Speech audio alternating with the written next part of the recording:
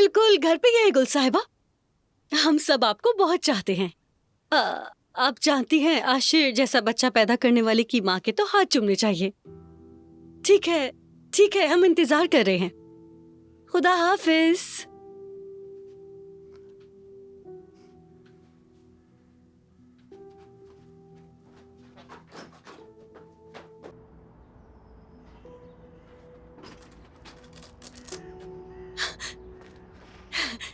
जुमाना, खुशखबरी सुनो। कैसी खुशखबरी? गुल साहिबा का फोन आया था। आशिर की माँ का। आज शाम वो तुम्हारा रिश्ता मांगने आ रहे हैं। ये क्या कह रही है? कौन क्या मांगने आ रहा है आपा? वो तुम्हारी आपा का रिश्ता मांगने आ रहे हैं आशिर के लिए। क्यों? बतूल जान चलो आ जाओ। ये लो जल्दी से अपना बैग पहन लो, हमें स्कूल के लिए बहुत देर हो रही है। आज शाम तुम जरा जल्दी आ जाना। मैं आज पार्लर जाने का सोच रही हूँ, तुम भी चलना साथ अच्छा रहेगा। नहीं, जरूरत नहीं। अच्छा ठीक है। पैसे हैं तुम्हारे पास? हाँ है। अच्छा तो मुझे दे दो जरा। तुम्हारा रिश्ता मांगने आ रहे हैं, मुझे तैयार तो होना होगा।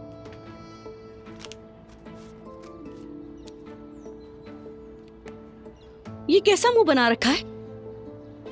खामोशी से अंगूठी पहन लेना और दोबारा मुझे शर्मिंदा मत करवाना, ताकि हमीद साहब को भी अंदाजा हो कि आशिर कितना संजीदा है और फिर वो शर्मिंदा हो।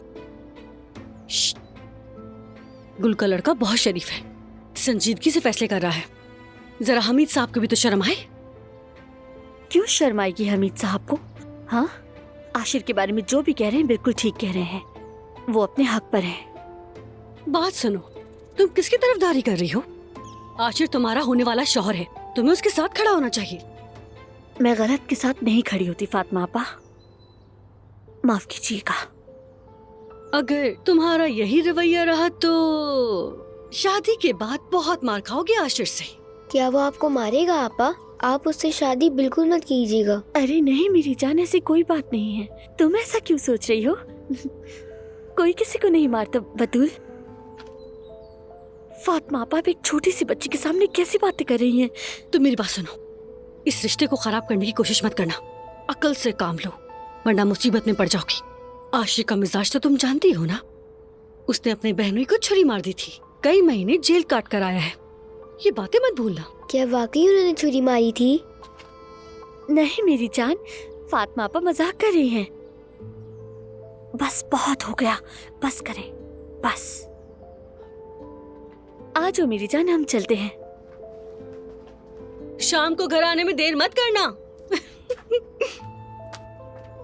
मेरे ख्याल में यहाँ फर्श तक लंबे नरम मखमल के पर्दे बहुत अच्छे लगेंगे। पर्दे कहा तुमने? इस जगह बिल्कुल नहीं अच्छे लगेंगे, हरगिज नहीं हो सकता। क्यों नहीं फेक इंटीरियर डिजाइनर साहिबा? क्योंकि वो स्टाइल पुराना हो चुका है। बल्कि मेरा तो ख्याल है कि यहाँ की सारी विंडोज चेंज कर देनी चाहिए। 4 खाने वाले शीशे होते हैं ना, वो लगवा लेते हैं, बहुत ही खूबसूरत लगते हैं यार। विड्रॉल कहना चाह रही हो तुम शायद। हाँ जो भी हो। और फर्श पर ना वो काले और सफेद रंग के टाइल्स लगवा लेते हैं, वो तो बहुत ही जबरदस्त लगते हैं, इतने पसंद है मुझे। उसे टाइल नहीं, क्रूटा पत्थर कहते हैं। जैसे इस वक्त 10 में से 8 कैफे में लगे हुए हैं, लेकिन हम कोई अलग चीज करेंगे। तो फिर उन 10 में से 8 कैफे से जो कुछ किया है सोचकर ही किया हुआ ना, हम भी वही करते हैं ना। अरे बस करो, इंटीरियर डिजाइनर मैं हूँ, माफ करना मगर डेकोरेशन का काम मुझे करने दो। अच्छा तो क्या तुम मुझे इसलिए नीचा दिखा रही हो कि तुमने पढ़ाई की है और मैंने नहीं सदफ? आज तुम यहाँ खड़ी हो तो मेरी वजह से हो, ये याद रखना। क्या मतलब है इस बात का? मेरे यहाँ होने का इस बात से क्या ताल्लुक?